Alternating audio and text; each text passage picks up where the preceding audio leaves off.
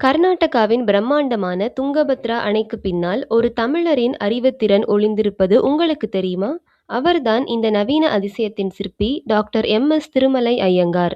1897ஆம் ஆண்டு வட ஆற்காடு மாவட்டத்தில் பிறந்து சென்னை கிண்டி பொறியியல் கல்லூரியில் பயின்ற இவர் 1945 முதல் 1953 வரை இந்த திட்டத்தின் தலைமை பொறியாளராக பணியாற்றினார்.